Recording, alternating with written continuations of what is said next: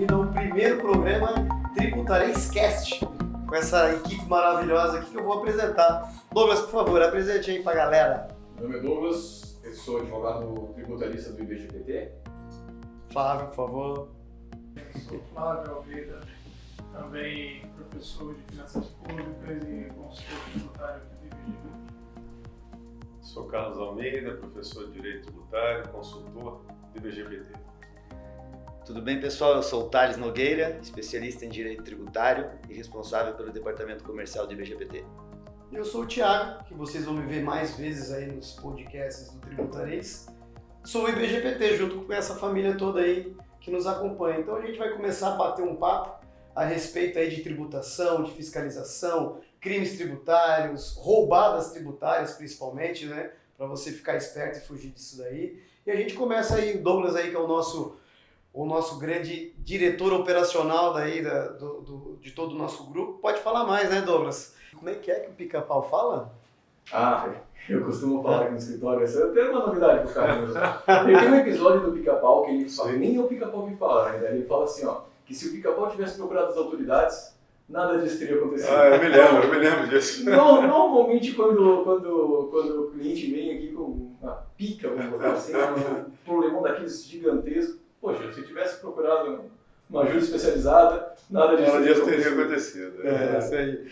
Lá também tá assim, né, Carlinhos? Não, eu acho que você falou uma coisa importante, porque a gente percebeu, e olha que não assim na ponta como vocês, mas eu percebi que houve uma expansão muito grande de novos, repentinamente novos tributaristas, né?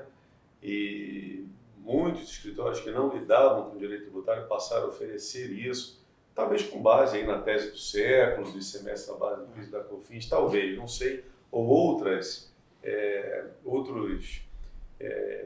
digamos assim, convites para uma suposta riqueza repentina, né? Imaginando que poderiam, de repente, virar o jogo.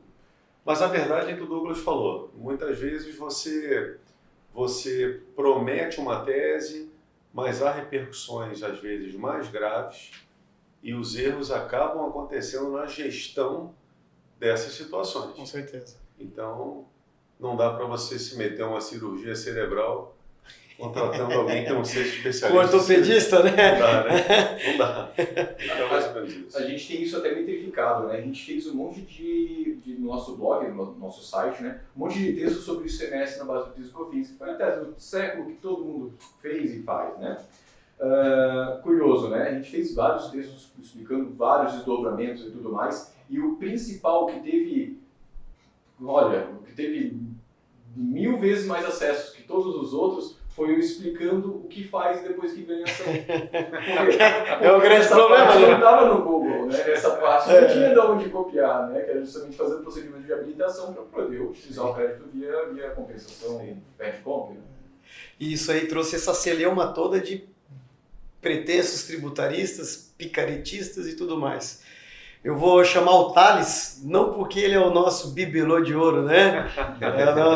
Porque não tem nada novo nesse mercado de picaretagem tributária. Não. Cara, desde sempre teve alguém tentando dar o golpe do bilhete premiado tributário, né, Thales? O que a gente sempre fala, né? Não tem almoço grátis, né? Então, quando a gente, voltando a essa questão da tese do ICMS ali, na base do PIS e COFINS, a gente vê, vamos dizer assim, esses assessores tributários na teoria, né? Como o Douglas estava comentando. Se ingressa com a ação e dali para frente não se sabe o que fazer com aquilo, né? Até o formato que você vai aproveitar depois de um eventual êxito, ele pode estar sujeito a equívocos, né? E a gente que está no mercado, a gente acompanha muitos erros grosseiros que deixam o cliente desguarnecido. Então, atentar para isso, vou fazer a ação do ICMS na base do PIS e COFINS. Qualquer estagiário faz, gente. Qualquer estagiário faz. Isso está cheio de gente no mercado. Mas efetivar isso com segurança e com solidez tem que ser especializado. E efetivamente especializado. Então, assim, o mercado ele é muito interessante porque, assim, quem está no mercado precisa entender primeiro o que não pode fazer. Então, a primeira pergunta, a primeira questão a ser levada em consideração é como não fazer e o que não fazer. A partir daí, eu acho que dá para desenrolar melhor o andamento das ações e trazer os devidos benefícios, né? Mas tem muita bagunça por aí.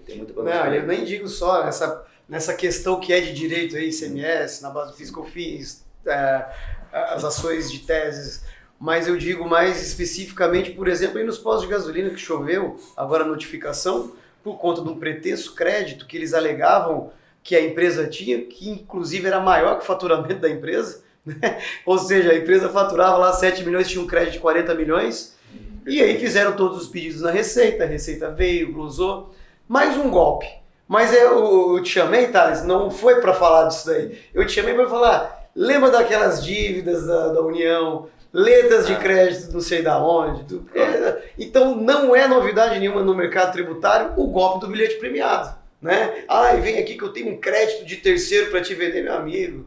Para de cair nessas coisas aí, viu? Hashtag fica a dica, para de cair nesse tipo de... Abusa da boa-fé aí. Abusa da boa-fé, né? Empresário. O comercial muito bem preparado e o profissional que presta assessoria totalmente despreparado. Bem nessa. Né? Então, se transformou numa fábrica de fazer dinheiro para maus profissionais. Então, o mercado, os empresários, eles vêm aprendendo depois de tomar tanta pancada. Entendendo que, efetivamente, as coisas fáceis, elas, primeiro, que não existem. Eu volto a dizer, tem que saber o que não pode fazer, né? Crédito de terceiro jeito não existe, é claro. Então, qualquer oportunidade. Eu tenho uma letra do Tesouro Nacional que vai quitar a sua dívida e você vai me pagar 30%, 40% do valor da tua dívida para utilizar esse artifício. Gente, se o negócio é bom, ele vai custar 90%, 95% e não vai custar 30%. Então, assim, é uma lógica comercial isso, né? Mas a gente costuma brincar aqui no escritório, e é um termo da região sul, aqui é o empresário zoiudo. Né? O zoiudo. Vou me dar bem, vou resolver meu problema aqui, mas não, efetivamente, não existe milagre nesse negócio, existe a competência, a dedicação, um trabalho longo na maioria das vezes quando se trata de dívidas com relação a crédito, tem que ser um trabalho muito bem auditado, não é ter o direito a apenas um determinado crédito, você tem que ter o cálculo dele correto, que é muito importante, acontece muito, a gente vê no dia a dia, empresas que obviamente têm o direito, e profissionais aparecem com cálculos absurdos, 3, 4 vezes o valor. Por quê? Porque está sujeito a honorários, né? Mas o problema não demora muito. Hoje a Receita está muito incisiva, ela age muito rápido, isso não passa de um ano tranquilamente. As empresas elas passam a ter esse incômodo, né? A visão do inferno aí depois de ter imaginado que estava indo para o céu, né? Flávio, tu que é especialista também aí nesse negócio de finança pública, finança de empresa, é bonita a história, né? Esses caras vêm com aquele canto da sereia, o empresário sempre está argolado, né? Essa é a maior verdade da vida. É imposto, é tributo, é funcionário, é matéria-prima que aumenta, tudo é dolarizado, né? Então o cara se vê também meio que forçado a tentar algumas coisas desse jeito, né? Verdade. E nesse aspecto também é interessante, né, que, como disseram vocês aqui, né, essa assessoria especializada é fundamental também porque muitas vezes o empresário nem sabe que ele tem, quanto de dinheiro ele vai ter. Perfeito. Para se programar, né? Perfeito. Como é que vai estar o fluxo de caixa dele, Então muitas vezes ele será que ele pode contar com aquele dinheiro? Bom, ganhei, mas e quanto vai ser, né? Às vezes ele está tão focado no negócio dele e também ganhar mais clientes e tal, que ele às vezes até esquece, não dá atenção no valor exato que ele vai ter, vai entrar no caixa dele. Com certeza. Né? E muitas vezes os outros picaretas, como vocês disseram, não estão também preocupados em dar para ele toda essa assessoria para e passo, né, mês a mês e tal, de todo o fluxo. Então tem que ser realmente um escritório especializado para não só, né, ganhar a tese, mas dar toda a assessoria para que a gestão né, financeira da empresa seja saudável. É tão importante como ganhar um crédito numa ação judicial é estar apto a receber esse crédito, né? Às vezes a empresa não acaba pagando tributo em razão do crédito, né?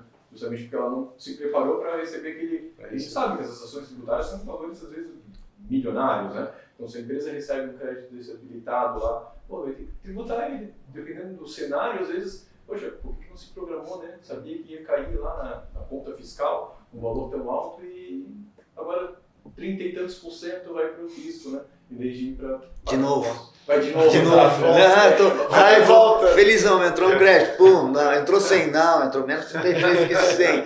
Então, mas existem, né? É por isso que essa programação. Paga dois. Exatamente. Existe essa programação aí que a gente fala da assessoria tributária competente, né? Existe a programação até para a entrada desse crédito de uma forma em que essa nova tributação ela seja diminuída, né? Um cenário daqui a pouco de prejuízo que a empresa possa estar passando, a gente tem que entender em que momento alocar esse crédito dentro da empresa. Então, você ganha 100, mas numa regra geral você tira 33, se você tem a organização e uma assessoria competente, você pode aproveitar integralmente, né? Desde que seja bem orientado. Então, esse cenário do crédito que surgiu para a empresa que precisa ser muito bem acompanhado. E é que a maioria das empresas não fazem e a maioria das assessorias também não fazem, né? Eu acho que o Thales tocou num ponto aqui que despertou a ideia para uma conversa tem uma interseção com isso. Você falou assim, a receita está muito incisiva, você disse. Às vezes o contribuinte não sabe, vale a pena a gente até dizer isso. Em primeiro lugar, que o nosso fisco aqui no Brasil, ele, especialmente os principais estados e o fisco federal, eles estão fazendo uso de excelentes ferramentas de gestão de dados. Então hoje tudo é planejado, tudo se enxerga, né? E cada vez se enxerga mais. E através dos tratados que o Brasil já assinou, nós temos hoje a troca de informações fiscais, por exemplo, que não pode ser desprezada, porque hoje ainda tem contribuinte que não sabe disso. Lançaram até um bate-papo recente aí, achando que, por exemplo, o Pix, o fato de uma empresa, de alguém pagar via Pix, seria, a partir dali, o uso desses dados poderia gerar um aumento de tributação da renda. Mas a Receita, por exemplo, em operações internacionais, ela já é alimentada por cerca de 190 países, né, onde há uma conta de brasileiro no exterior, anualmente essa informação já vem. Então 190? Já temos 190 e... Já tá quase maior que a FIFA. É tanto dado que eu acho até que falta gente para poder processar tudo isso aí. Esse dado, porque os dados estão lá. Agora a questão é mão de obra mesmo. Mão de obra, agora é isso. Então assim, não é só uma realidade. A gente está falando assim de uma forma bem informal aqui, mas só imaginar o seguinte: à medida que os anos passam, também não só a obtenção de dados, como o manuseio desses dados, eles vão aumentar. Eles vão aumentar. Então, seria importante também divulgar isso, porque é uma medida anti-picaretagem. Porque, assim, olha, cuidado, porque o pessoal vai enxergar isso, você até tem um direito, mas faz com quem conhece que não vai te expor, para você não ser prejudicado. É o que o Thales e o Douglas colocaram aqui de uma forma muito... nesse sentido, se a gente voltar aí a 20, 30 anos atrás, era tudo meio que no papel, né? Então, para se descobrir um arrojo tributário aí ilegal, você demorava muito tempo mesmo, né? Então era mais difícil mesmo, por isso que... A auditoria tinha que ir em loco, né? Exatamente. Hoje é só uma questão de ir lá apertar o botãozinho certo e identificar isso quanto antes. Então, qualquer equívoco, hoje a gente sabe, qualquer lançamento equivocado, aí a Receita ela detecta imediatamente, né? Então ela pode não te incomodar imediatamente. Ela tem 5 anos para isso, exatamente, ela sabe. Ela só te dá linha. Para se enrolar. A Receita também sabe que determinada empresa tem determinados créditos, obviamente que ela não vai bater na porta de determinada empresa e dizer, venha buscar seus créditos, né? Mas ela sabe, então assim... Até porque o nome dela é Receita, né? Receita, né?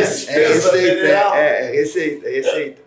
Então, não tem mais como se aventurar, né? Então é só uma questão mesmo de tempo para o cerco cada vez se fechar mais. Já está fechado, né? Ele se efetivar e, enfim, essas bobagens que são feitas, elas vão cada vez mais rapidamente serem destruídas, né? e num cenário, né, de um universo de empresas que sofrem muito com golpes e tudo mais, né, tem os empresários justamente que são os receosos, né, que eles não fazem. E esses caras, às vezes, chamam mais atenção da Receita do que a empresa que faz. Porque, poxa, um cenário competitivo lá, que tá todo mundo buscando trabalhar com centavos, a margem tão pequenininha. Poxa, todas as empresas estão recuperando algum tipo de crédito, estão buscando alguma solução para reduzir custo. Daí chama mais atenção a empresa que não faz isso, por quê? O empresário não faz porque sabe que tem um rabo preso ali, às vezes, né? Uma sonegação, uma coisa do tipo, ou alguma outra situação, que justamente sabe que se mexer em outra, pode eventualmente, tem isso no dito popular, né? Que aquele que aciona a Receita para buscar alguma coisa pode vir a ser chamado. A gente sabe que isso é bem diferente, né? Não funciona assim. Na verdade, é justamente o oposto, né? Quando a empresa não faz, e quando no universo que todo mundo faz, ela chama atenção mais por isso do que pelo oposto. A tecnologia, de fato, agora é mandatória, não só para as empresas, mas também para o fisco. E o fisco tem investido em tecnologia, inteligência artificial, né? Muita inteligência artificial. Então, isso requer das empresas mais cuidado. Mais compliance, cada vez mais. Mais compliance Perfeito. novo, né? Compliance é bonito no tributário que a gente bota mais 10%, né? Por falar compliance. Geralmente é assim. Então, não tem como, né, tratar todo esse volume imenso de dados se não for através de mais tecnologia, de inteligência artificial. Eu sempre falo, mas a Receita vai vir na minha porta? Não, a Receita já está na tua empresa. Está aí no teu computador, no teu celular, até no teu Apple Watch aí, ela está te vigiando, não é verdade, né? Fato. Todas as informações são cruzadas. Mas vamos falar de coisa boa, vamos falar de TechPix? Não, mentira. E aí, Douglas, qual que é a nova tese do momento? Vamos dar dinheiro, porque a gente só falou da picaretagem até agora. Só metemos o pau no...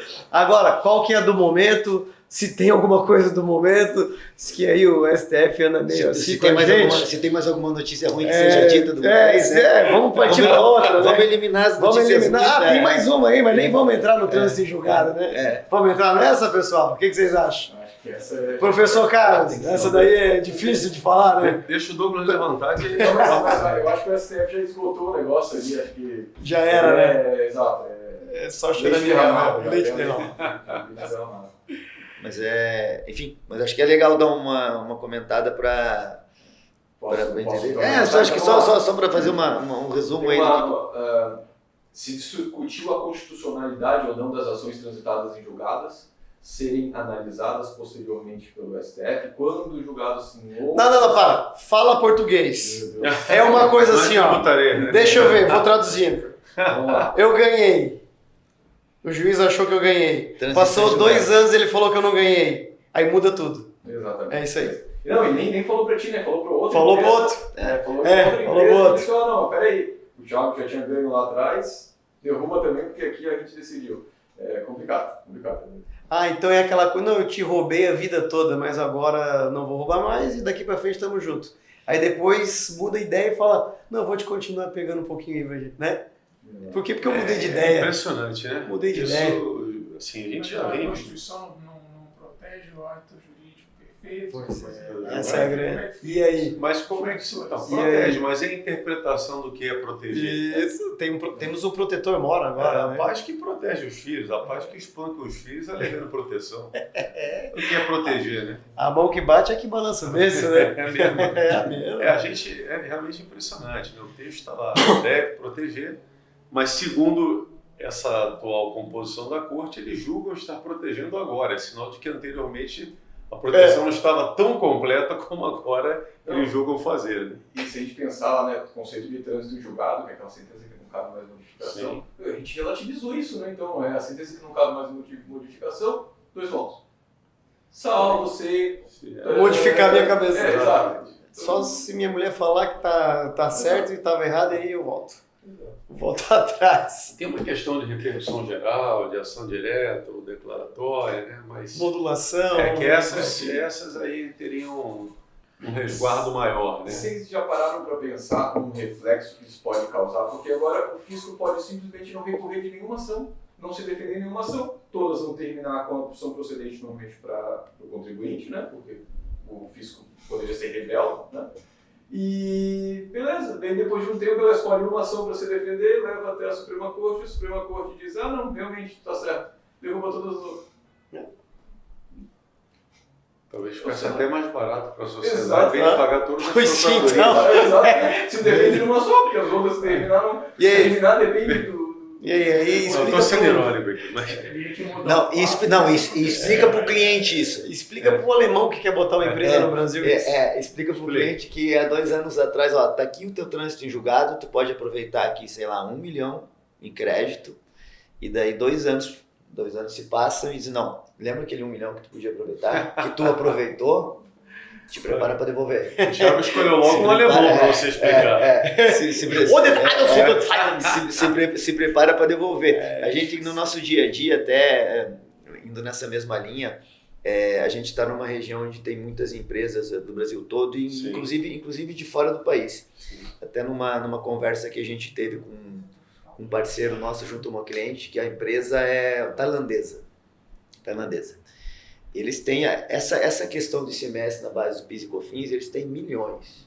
E hoje está consolidado, inclusive administrativamente é possível ser feito isso. E foi levado a questão ao cliente e foi submetido à gerência lá na Tailândia. Tem um crédito aqui, tantos milhões, vocês podem pegar. Não mexe com essas coisas no Brasil aí não. Não mexe com essas Não coisas, mexe com essas coisas aí não. E assim, nítido, então também a gente tem aquela visão de fora para cá, que aqui é um ambiente muito estável, né? Então, instável. Então, assim, ser empresário no Brasil não é coisa para amador. Não é coisa para amador. Não, e eu acho que tarefa difícil nós temos, né? Porque uma coisa é explicar o sistema tributário como brasileiro, né? Agora, como uma pessoa de fora explicar que, olha, tem uma decisão, está confirmada, não cabe mais recurso.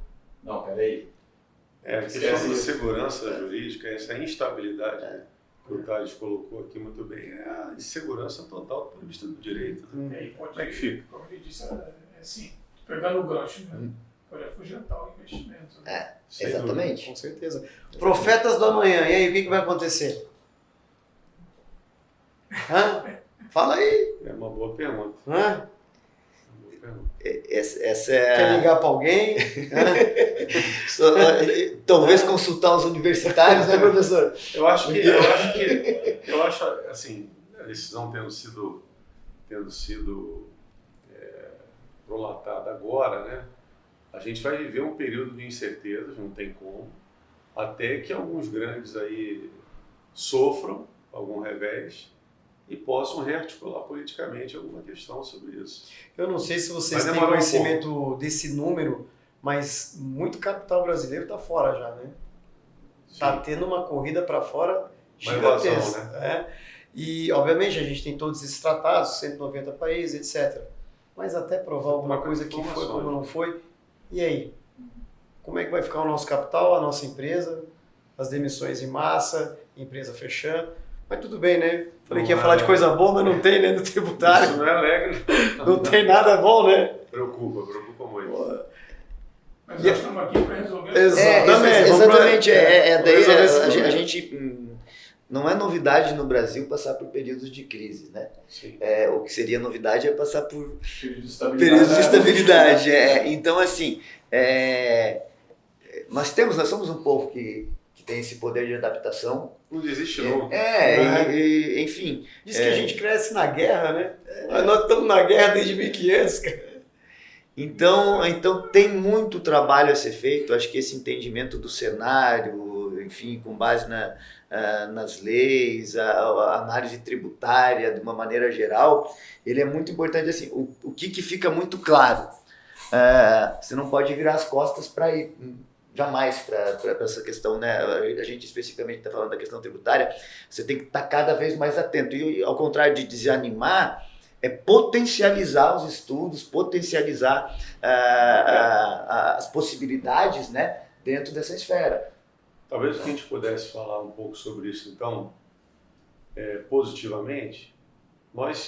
Essa questão é uma questão de concorrência tributária, né, internacional, que o Thiago trouxe aqui falando da atração do capital ou da perda do capital, né? Especialmente o IED, o investimento externo direto, que é aquele dinheiro que vem não para especular, mas para gerar Fomentar, emprego. O cara vem correr risco, ele faz a planta aqui, ele vem se tornar brasileiro, ele vem correr risco aqui e dar emprego.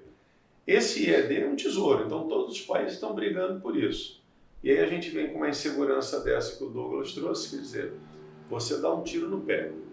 Ao mesmo tempo, o Brasil tem procurado se alinhar um pouco mais com a prática internacional. As normas atuais aí de preços de transferência, que foram debatidas nos últimos 4 anos intensamente, até alguns professores do Brasil se dispuseram a trabalhar junto da Receita e fizeram um trabalho muito bom. Saiu o texto da MP 1152 aí no finzinho do ano. 27 de dezembro. 27 de dezembro, pois é.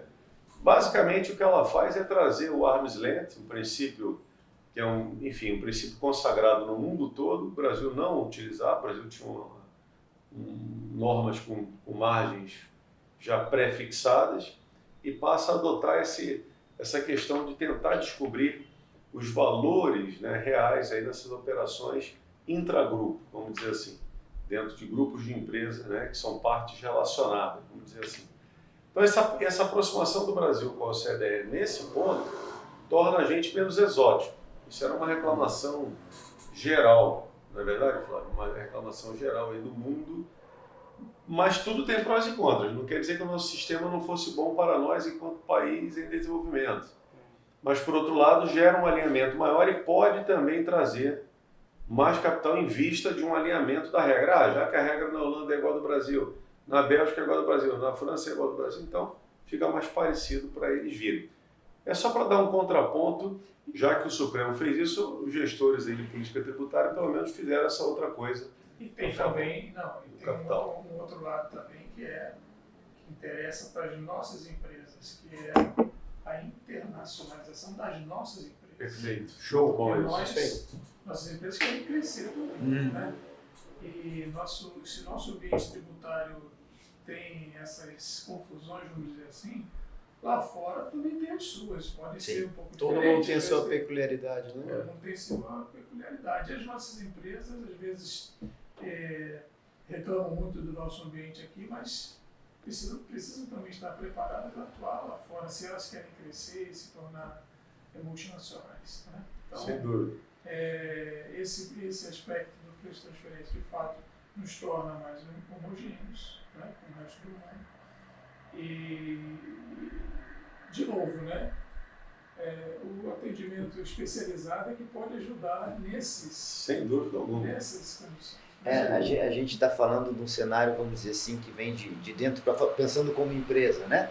A gente tem um cenário que vem de dentro para fora, né, que nos atinge, mas um contraponto é também ainda que o empresariado brasileiro, de uma maneira geral, o de dentro para fora ele ainda não potencializou, né? A gente costuma dizer isso o dia a dia, visitando empresas, conversando com clientes, e os trabalhos que a gente acaba realizando com esses clientes, quase que uma totalidade, aí, acima de 80%, tranquilamente você encontra formas de melhorar o aproveitamento tributário de cada empresa.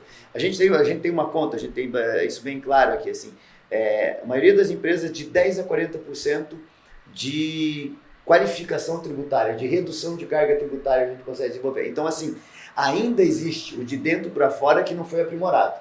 Então, precisa ainda, o empresário, de uma maneira geral, aprender cada vez mais a olhar para isso, né? Então, tem o trabalho dentro de casa para lidar melhor com o de fora de casa, né? Para lidar com o mundo lá fora. Então, tem muita coisa para crescer. Justamente, né, Thales, como você botou aí, a gente não pode depender do judiciário para tudo. Não. O nosso negócio é administrativo, é aqui, é o toque curto que pode aproximar, né? É administrativamente, é uma modificação, é um aspecto societário, é um planejamento, obviamente, societário, tributário. Um ponto bem colocado, porque quando a gente fala de tese tributária que vai reverter em dinheiros para a empresa, vamos botar assim, a gente fala justamente do errado. Porque a empresa pagou, se descapitalizou, não gerou caixa, às vezes não cresceu porque estava pagando, e daí agora ela busca a solução de reverter aquilo. Então, poxa, talvez a solução, ou uma das soluções, seja justamente em trabalhar em não ter essa saída. Ser proativo e não reativo. Exato. Né? Então você está lá apagando incêndio em vez de evitar que ele comece a pegar, o fogo. Né? Então é esse acompanhamento. Então, né, E tudo isso é gestão. Gestão, exatamente. E, cara, e assim, vocês que acompanham muito aí os estudos dessa nova tributação que vem vindo desde os anos 40 falando, essa aproximação do Brasil com a Organização Mundial do Comércio, esse tipo de entendimento, por exemplo, no preço de transferência, a gente está dando um passinho de cada vez. Mas vocês acreditam mesmo nessa modificação tributária no Brasil? Essa pergunta é difícil da gente falar, porque olha só, são muitos ambientes, né? Você tem um ambiente do próprio judiciário em matéria tributária, que já é um problema. Legisla, né? Porque legisla e muitas vezes, né, devido ao respeito aqui aos competentes representantes da magistratura, mas é até uma questão estrutural. Você vê que nós temos poucas varas especializadas em tributação. Total. Nós demos preferência no Brasil a uma justiça do trabalho, por exemplo, em detrimento da justiça econômica. Então, não há varas para tributar e há tribunais para trabalhista. Então, desequilíbrio aqui para prestar o serviço.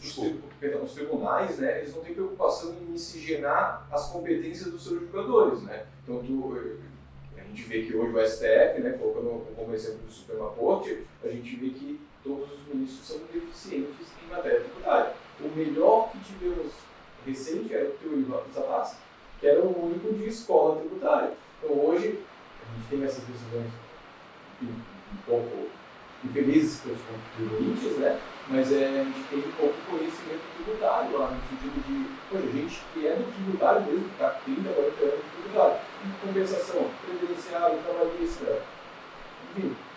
Mas eu diria até que é uma questão estrutural, mesmo no primeiro grau. No primeiro grau, porque, por exemplo, no primeiro grau, nem vamos ao Supremo. Não há um número grande de juízes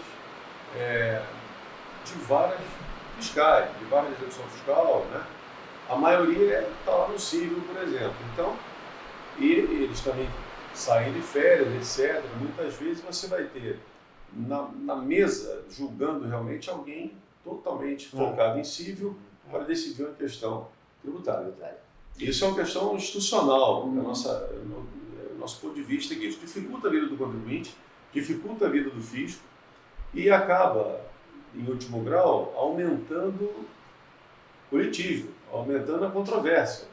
Né? Esses julgados ficam, então um reage do outro, o outro reage do um, e esses julgados ficam gerando, ao longo do tempo, um estímulo para mais litígios, ao invés de solver o crédito tributário, que interessa para o Estado, para todo cidadão, que seja pago o crédito tributário, né, pela vista tributária. Às vezes isso também não é. O Thiago mesmo falava aqui antes, conversando, um estoque enorme de dívida parado aí, de dívida ativa sem solução. Né? Enfim, então é difícil responder como vai caminhar, mas o cenário não é muito animador, assim, muitas frentes. Né? Eu vou tentar responder a pergunta do Thiago por um outro ângulo. Isso, perfeito. Um ângulo mais aí, político e econômico. Né? Ótimo. Não é segredo para ninguém que o Brasil está discutindo a reforma tributária há mais de 20 anos e não sai do lugar. Né? Então, se for nessa perspectiva, Thiago, se você continuar, a sua resposta seria, olha, não vai mudar. Não tem muita coisa. Mas eu sou otimista e acho que sempre pode acontecer coisas boas. Né? Então, assim, o que pode motivar a mudança? Eu acho que, primeiro,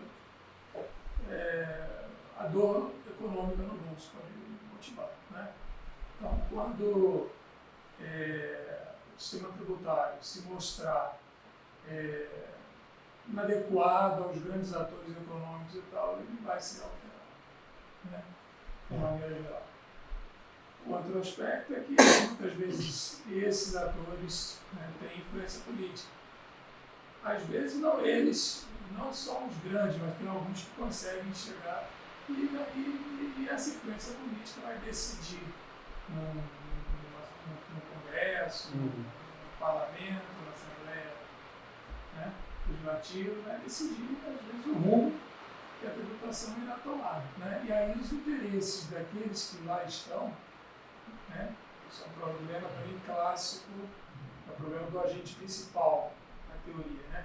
Nem sempre o interesse daquele que está lá representa o interesse da maioria do povo mesmo. Então, às vezes, ele vai puxar para onde para determinados segmentos, para determinados ramos de atividade, benefícios fiscais para determinado tipo de atividade, de empresa. Aumento de alíquota só para certos grupos. Mas o que importa é que todo ano tem refis, né? Aí olha o nome desse aqui, litígio zero. Você acha que vai zerar os litígios ou vai aumentar? Ah, pelo amor de Deus. Litígio zero jogou bem pra mídia, demais, né? Jogou bem pra mídia, né? E que não muda nada, né? Aí você explica pro alemão que no Brasil tem litígio zero. Só requenta, né? O refis aí antigo. Você fica 5, 6 anos sem pagar seu imposto, em contrapartida, seu vizinho está pagando ele em dia, mas fica tranquilo que daqui a 5, 6 anos a gente tira todo o teu juro, você vai ter usado muito bem aquele teu dinheiro que você não pagou imposto, e daí você vai parcelar. Coitado do concorrente. Que ele teve que pagar. Então é uma desigualdade, né? É uma desigualdade econômica, né? E isso certamente prejudica no livre mercado, né? Com certeza. Então, mas dever também é crime aqui, né? Dever é crime? Aqui em Santa Catarina é crime. Devedor aqui, Carlos, tu tá na pandemia, meu amigo. Tu tá vendendo capinha de celular pela internet. Aí é o seguinte, tua empresa foi muito bem, tá pagando aquele CMSzinho, não deu porque tive que pagar um fornecedor, tive que pagar um funcionário, não deu para pagar o imposto. Passou 2 meses, sabe o que chega na tua casa? Uma denúncia crime. Aqui é assim, negão. Aqui é assim. Mas isso é novo? Isso começou em 2017, 2014, primeira, né? Acho que é a primeira. 2010 foi a primeira que foi. Rapaz. E eu vou te falar, é crime, tá? E não sou eu que tô falando, o STF falou. Dever aqui. Isso era preso por ti. Opa! Salvo. Tratado de. É isso. São José da Casa Rica. Aqui vai em Canela, amigo. Que deveu ICMS a gente manda prender. Rapaz, e ainda o Ministério Público vai na TV e fala, arrecadamos mais de 4 bilhões de sonegadores. Mas era o coitadinho ali. Tem sonegador no meio? Pode ter aí, deve ser 5%. Claro. Mas obviamente que é aquele que, ao invés de deixar lá a mão de obra, o fornecedor, o pequeno ciclo que ele tem ali por perto, ele escolheu não pagar o fisco. E aí hoje ele é criminoso. Eu não sei de outro estado com essa norma. Tem outro? Espírito Santo, Rio de Janeiro, tem mais alguns aí, mas não tão ferrenhos assim. Né? O Rio Grande do Sul também tem a figura, mas Não, existe a definição de devedor quanto mais, mas no estado de São Paulo, praticamente essa é uma regra agora no Brasil. Mas com essa energia que você está... Voracidade. Existe, inclusive, uma parte do Ministério Público exclusiva. A gente estava falando de varas especializadas, o Ministério tem a especializada em criminalizar o devedor de ICMS. Pasmem, senhores. Isso é preocupante. Preocupante, porque falávamos aqui, você tem que ter um ambiente bom para empreender. Né? O empresário, a gente está considerando boa fé, né? Uma fé tem que ser provada. Então, considerando boa fé, você precisa de um bom ambiente para empreender. Se tudo que a gente já falou aqui já dificulta a vida do sujeito para empreender, para crescer, para se tornar grande no exterior, para contratar e ainda enfrentar um aspecto criminal, assim, isso. Eu acho que presunção sobre cuidado, né? Desejável é que o sonegador realmente seja punido. Claro. Mas aquele. E o bom contribuinte, né? Os tributários. Tem seus direitos preservados. Né? Isso.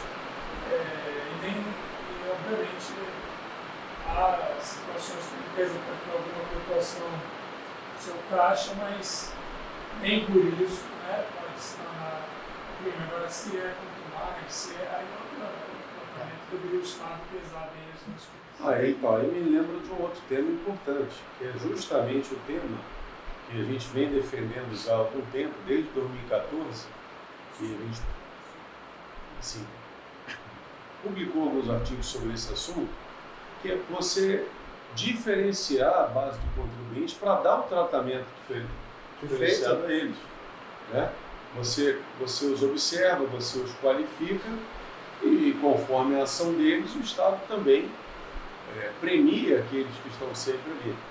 Isso estimula uma boa conduta. Então, ao invés de haver só repressão, você faz um trabalho enquanto Estado para carrear o recurso ao cofre público sem repreender excessivamente, sem uma presunção de má-fé, digamos assim, né? Então, tem gerado aí os programas de conformidade cooperativa. Hoje está se espalhando em vários estados, São Paulo foi o primeiro, com o programa Nos Conforte.